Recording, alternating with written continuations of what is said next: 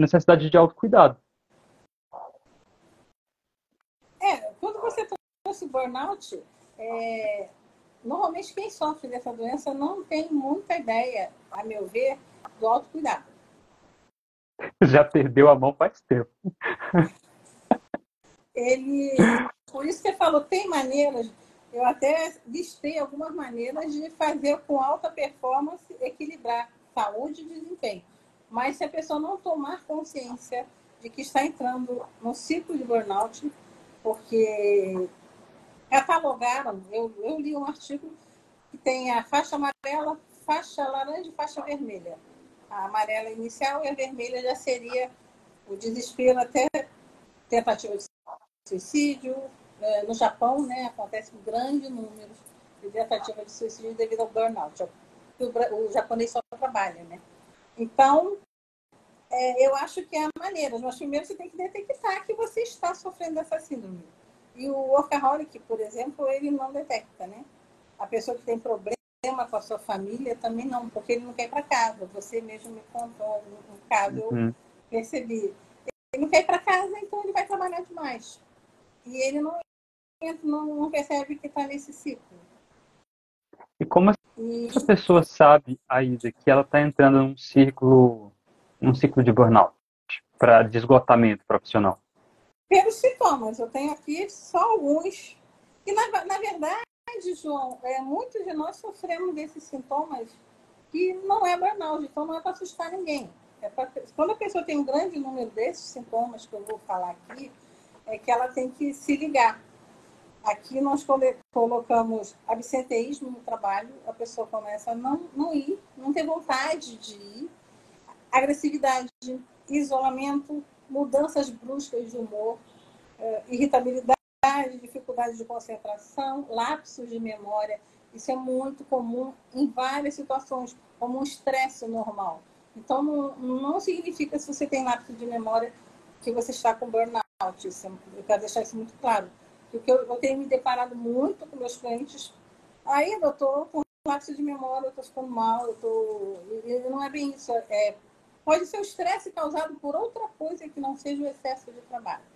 A dificuldade de concentração, ansiedade, depressão, pessimismo, baixa autoestima e as doenças, como dor de cabeça, enxaqueca, cansaço, pressão alta, dores musculares, aquela dor aqui insuportável, que nada. Outro dia eu conversei com o advogado, que ele conversava comigo assim, eu já estava com nervoso, já quase que eu parei, perguntei, quer que eu faça uma massagem? Porque ele não conseguia parar. Você imagina a vida desse cara. E novo. Eu falei, esse aí não vai chegar aos 50, tranquilamente, ele vai infartar. E distúrbios gastrointestinais são muito comuns, gastrite, úlcera, queimação, e a pessoa começa a tomar muito café. Quando você percebe que você fica o dia inteiro tomando café, você está entrando num ritmo que você tem que controlar, porque já é um dos sintomas do burnout. E é isso. São os sintomas principais que eu peguei. Agora, hoje eu também peguei uma pesquisa que é nova. A nova pesquisa analisou 8 mil funcionários e ela mostrou que as três principais causas do burnout hoje são o tempo excessivo em frente às telas. Nós estamos ficando mais de 8 horas. E as pessoas não estão percebendo que isso também vai causar o burnout. Não é só o excesso de trabalho. Essa pesquisa foi de 2022, na época da pandemia. O pós-pandemia foi feita essa pesquisa. Essa seria a primeira causa. A segunda, uma jornada de trabalho que ultrapassa 60 horas semanais.